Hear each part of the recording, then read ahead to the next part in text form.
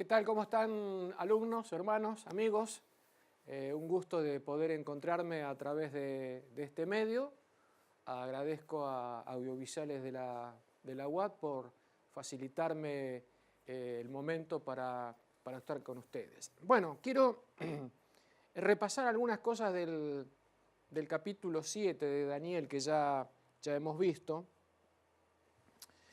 Si recordamos el capítulo 2, allí vemos una profecía que apunta mayormente a lo político, una sucesión de imperios hasta llegar al final, la roca, la segunda venida, la intervención de Dios que termina con los asuntos humanos, la historia.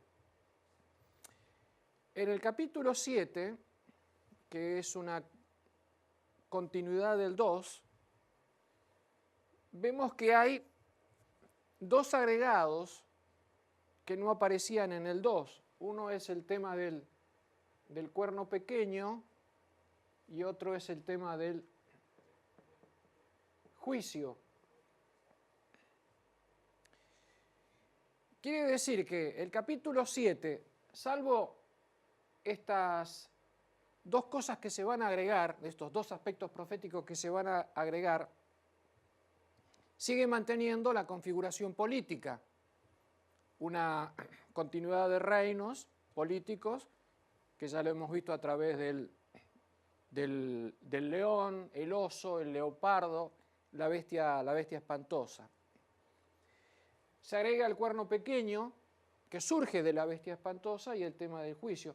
Estos dos aspectos son profundamente religiosos. Ahora, de lo que es político se agrega lo que es religioso. Lo que tiene que ver con el cuerno pequeño,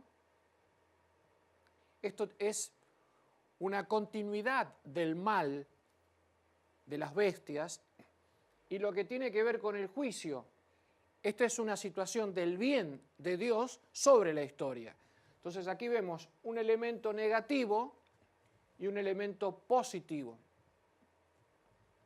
Con respecto al cuerno pequeño, que surge de la bestia, de la cabeza de la bestia, junto con los otros 10, se suele llamar a esta situación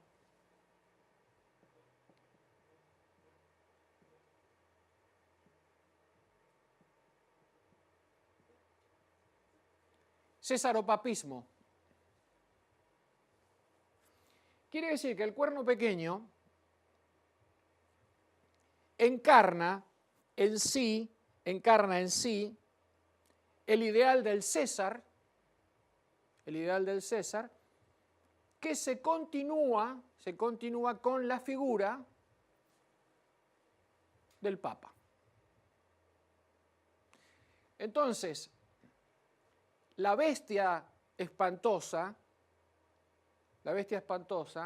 tiene una continuidad a través del cuerno pequeño y una identidad que no se pierde a través de lo político y lo religioso. Esto en la historia secular y la historia de la Iglesia se conoce como cesaropapismo. La unión de los ideales políticos de la Roma imperial, que luego pasa a ser la Roma religiosa, formando una unidad que se proyecta a lo largo de la historia. Esto quiere decir que en la profecía Roma nunca deja de ser.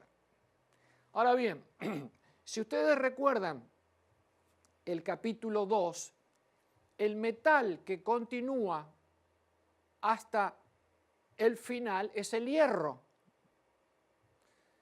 Si ustedes van al capítulo 7, lo que van a descubrir que el animal que continúa hasta el fin es la bestia espantosa, mediante el cuerno pequeño que surge de su cabeza junto con otros 10. Este cuerno es pequeño, pero a la postre se hace mucho más grande que los otros, Y este cuerno es el que llega hasta el fin, porque el capítulo 7 luego habla de la intervención de Dios y dice que en el fin, al fin de la historia, este poder negativo, este poder anti Dios, sería destruido por el mismo Dios.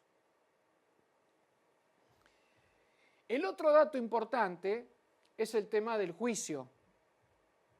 En este caso, estamos hablando del juicio de Dios en el capítulo 7, que representa una excelente noticia para nosotros, representa un gran momento para nosotros, porque al entender el tema del juicio, logramos pensar que si el juicio comienza, quiere decir que la historia humana está por terminar.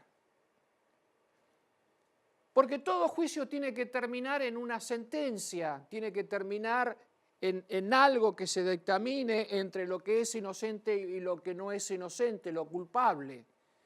No podemos pensar en un juicio eterno.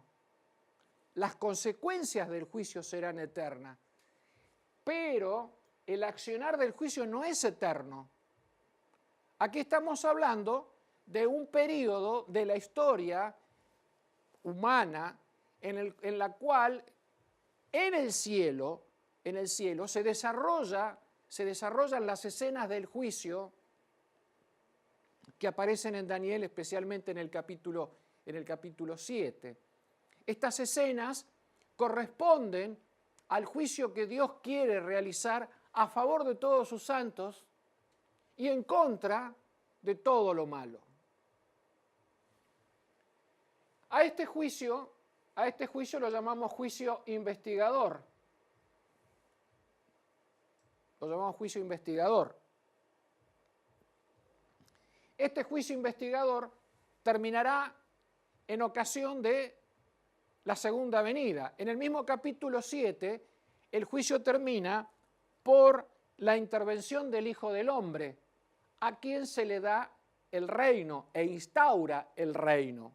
El Hijo del Hombre, cuando se acerca al trono y el anciano de días, el juez, le entrega al Hijo del Hombre el reino para que éste lo instaure.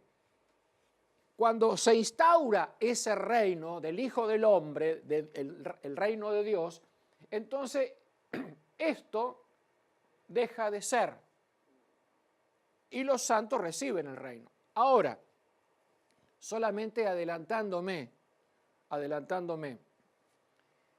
después de la segunda venida hay otro juicio, que es el juicio del milenio. Eso toca verlo recién en Apocalipsis. El juicio investigador que coincide con estos momentos de la historia tiene que ver con defender a los que son los santos del Altísimo.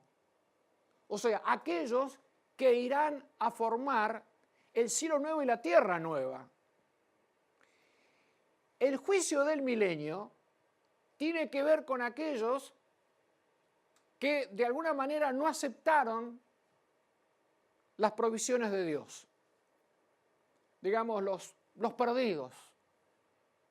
Durante esa época, que será después de la segunda venida, hay otra parte de juicio, una segunda parte de juicio, que es la revisión de los casos de los perdidos. Eso ya corresponderá a Apocalipsis como segunda parte. Daniel lo que nos ha presentado es el juicio en su primera parte hasta la segunda venida, llamado juicio investigador, que tiene que ver con determinar a aquellos que van a ser salvos o los que van a ser salvos de acuerdo a cómo recibieron las bendiciones de Dios y las practicaron en su vida. O sea, aquellos que aceptaron a Jesús y aquellos que vivieron por Jesús. Ese juicio determinará los ciudadanos que van a formar parte del cielo nuevo y la tierra nueva. Esta es la importancia del juicio investigador. Bajo ningún punto de vista, este juicio tiene que traer temor o alguna situación que no sea de felicidad, porque es un juicio a favor nuestro, no en contra nuestro. Quizás a veces la idea popular ha sido que este juicio produce temor porque es en contra nuestro o buscando defectos nuestros, no tiene nada que ver con esto, es un juicio para defendernos a nosotros, Dios, defendernos del mal y prepararnos como sus ciudadanos del cielo nuevo y la tierra nueva. Entonces, teniendo en cuenta estos detalles, se agregan a lo que ya sabemos de lo político estos dos aspectos, que es el cuerno pequeño y el juicio como elementos religiosos. Nos vemos hasta la próxima vez, en la próxima entrega. Muchas gracias.